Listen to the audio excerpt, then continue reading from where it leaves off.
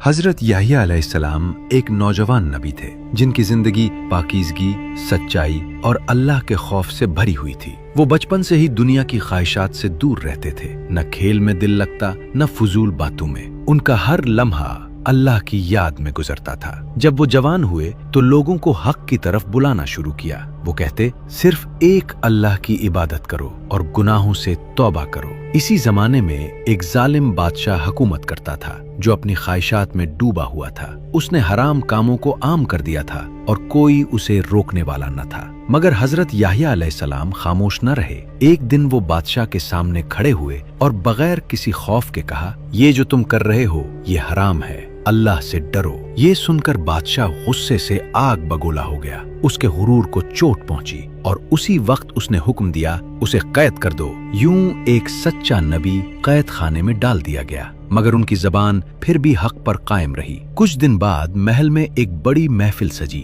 चराग रोशन थे, मौसीकी गूंज रही थी और एक रक्कासा बादशाह के सामने नाच रही थी। उसकी अदाएं देखकर बादशाह खुद पर काबू न रख सका। जब रक्स खत्म हुआ तो वो जज्बात में आकर बोला, मांगो, जो चाहो मांगो, मैं तुम्हें दूंगा। रक्कासा अपनी माँ के पास गई। उसने उसके कान में कुछ कहा और फिर वो वापस आई। पूरा दरबार खामोश हो गया। वो बोली, मुझे हजरत याहिया अलैहिस्सलाम का सर चाहिए, एक थाल में रखकर। ये सुनकर सब साकित रह गए। बादशाह के चेहरे का रंग बदल गया। वो जानता था कि ये एक बेगुनाह नबी हैं, मगर उसने सबके सामने वादा किया था। चंद लम्हों की खामोशी के बाद उसने अपनी अना के आगे सर झुका दिया और हुक्म दे दिया। कैद खाने में हजरत याहिया अलैहिस्सलाम पुरसुकून खड़े थे, जैसे उन्हें सब मालूम हो। न खौफ न घबराहट, सिर्फ अल्लाह पर यकीन। फिर एक तलवार उठी और एक सच्चे नबी का सर काट दिया गया। उनका सर एक थाल में रखकर उसी महफिल में पेश कर दिया गया जहां चंद लम्हे पहले